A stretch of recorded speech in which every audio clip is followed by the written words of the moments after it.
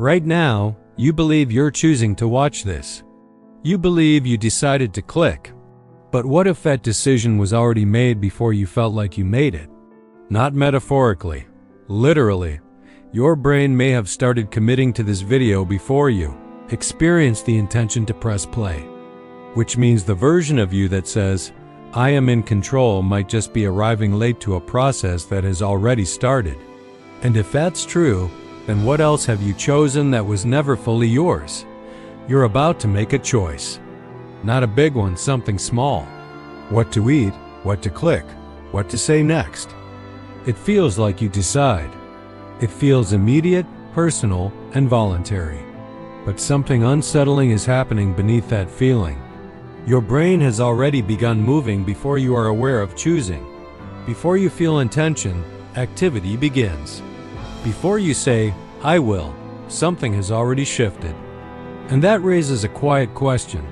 If the decision starts before you know about it, what exactly are you controlling? In the 1980s, neuroscientists ran a simple experiment. Participants were asked to press a button whenever they felt like it. Nothing complex. No pressure. Just press when you decide. Their brain activity was monitored. What they found was disturbing. The brain showed measurable preparation for movement hundreds of milliseconds before the person reported deciding. In other words, the brain began the action before the conscious mind claimed ownership of it. Your awareness might not be the initiator. It might be the narrator. And narrators don't create the story. They just explain it after it unfolds. But you don't experience this delay. You experience authorship, a smooth illusion. Thought, then decision, then action. But reality might look more like this. Impulse, then brain activation, then awareness, then story. The brain produces options constantly. Your environment shapes those options. Your memories filter them. Your past conditions them. By the time a thought reaches your awareness, it has already been influenced by your upbringing, your culture, your fears, your habits, and your biology. You don't choose your genetics. You didn't choose your childhood. You didn't choose the environment that shaped your preferences. Yet those forces are active in every decision you make. So when you say, "I chose this," what you may actually mean is, "This option surfaced and I agreed with it." This is where it gets even more interesting. Modern algorithms can predict your behavior with uncomfortable accuracy. What you'll click, what you'll buy, what you'll watch next. Not because they read your mind, but because patterns exist. Patterns in how humans react and patterns in how you react. Your past behavior becomes a map of your future behavior. And the more data there is, the clearer that map becomes. If your choices were completely free, why are they so predictable? Think about your preferences. You believe they're yours, but most were learned, rewarded, and repeated. If you receive validation for being agreeable, you become agreeable. If you are criticized for expressing anger, you suppress anger. Over time, these patterns solidify into what you call your personality.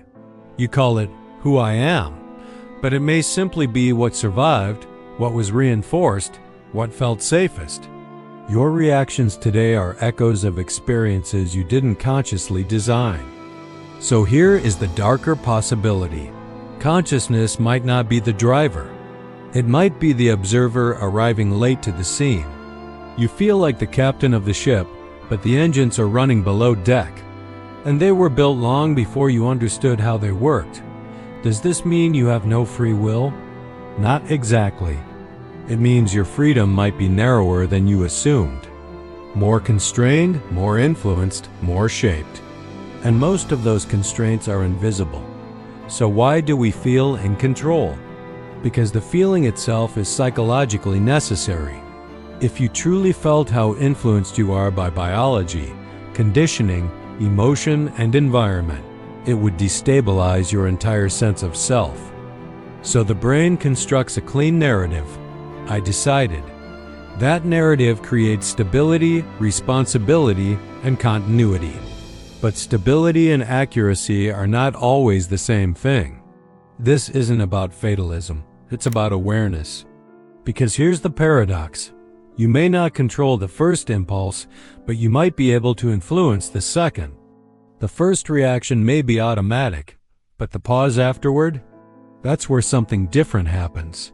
Awareness expands space, and space allows for intervention. You may not have complete freedom, but you are not entirely trapped either. The unsettling truth is this: you are less in control than you think, but you are more capable of awareness than you realize. And that awareness, even if it's delayed, is where real agency begins. The next time you feel certain you chose something, just pause. Ask yourself, did I create this thought?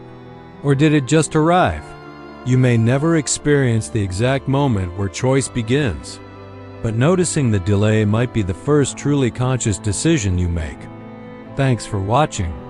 If this made you think, consider subscribing for more.